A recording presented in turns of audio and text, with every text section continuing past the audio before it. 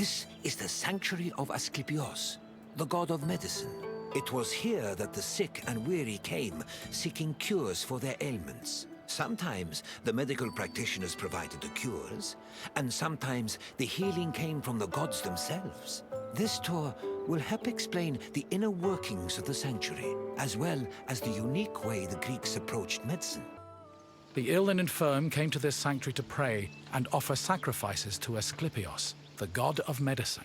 According to myth, Asklepios was once a mortal physician who eventually became a god.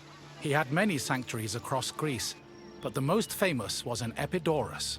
When pilgrims passed through the entrance of the sanctuary, they could read this inscription: "When you enter the abode of the god which smells of incense, you must be pure, and thought is pure when you think with piety." Subscribe to my channel, bro. Thank you.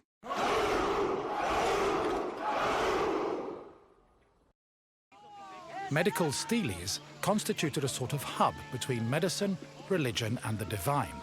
They were slabs with inscriptions that praised Asklepios' virtues and merit and described his methods of healing. The inscriptions relayed the dreams patients had within the Abaton, one of the most important buildings in the sanctuary.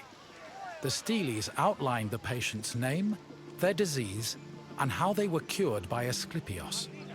They were probably written by the sanctuary's priests, or at least under the priest's supervision. Asklepios was a complex deity. In addition to being a god, he was also a trained physician and disciple of the centaur Chiron. In ancient Greece, religion was inseparable from rites, processions, and sacrifices. This was no different in Epidaurus, and visitors to Asklepios' sanctuary needed to prepare themselves accordingly.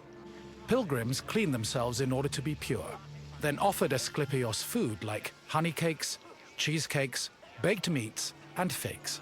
The food was placed on the sanctuary's holy table, where it was presumably later taken by priests. After the preliminary offerings, visitors were allowed to enter the Abaton, where they would hopefully encounter Asklepios in a dream. Medical steles also mention that healed patients sometimes gave additional offerings to Asklepios as thanks for being cured. Asklepios was originally born a mortal and was the product of an affair between the god Apollo and a mortal, Coronis. Apollo killed Coronis after discovering she had been unfaithful and ordered her body burned on a funeral pyre. However, he rescued his unborn child from Coronis' womb before the fire consumed her body. Apollo gave the baby to the centaur Chiron, who raised Asklepios and taught him to practice medicine. Over time, Asklepios became so skilled in the art of healing, he could even raise the dead. This angered Zeus, who sent Asklepios to Hades with a thunderbolt.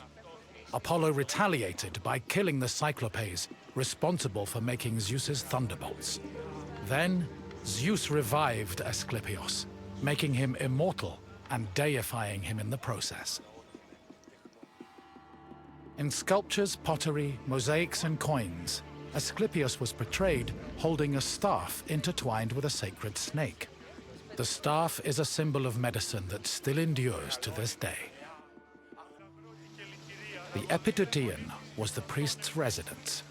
As the link between patients and the gods, priests were essential to the operation of the sanctuary. They were often elected into the priesthood for one-year periods, but could also buy themselves a position if they were wealthy enough. In addition to interpreting patients' dreams in the Abaton, priests both supervised and performed sacrifices and rituals. During these functions, they were usually clad in white. The Abaton was built in the northern boundary of the sanctuary, where it surrounded a sacred well whose water was believed to have therapeutic properties. The Abaton was where pilgrims went for incubation, or dream rituals. Details of the incubation ritual have been described in unearthed medical steles. They were also noted in Aristophanes' play Plutos, which featured a more comedic view of the process.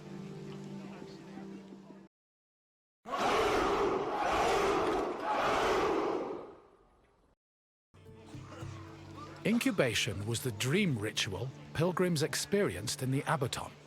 After completing the necessary preliminary rituals, pilgrims were allowed to enter the sacred building, where they lay prone.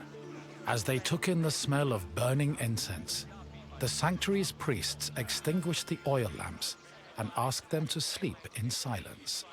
Once they were asleep, Asklepios would appear in their dreams and give his medical advice. The advice included diet and treatment recommendations, as well as requests for specific offerings or religious rituals. Upon waking up, priests interpreted the patient's dreams, unless a patient had been miraculously healed in their sleep. However, if a patient was completely beyond help, they were removed from the Abaton. This was to adhere to a ritual law that stated that no one could die or be born within the building.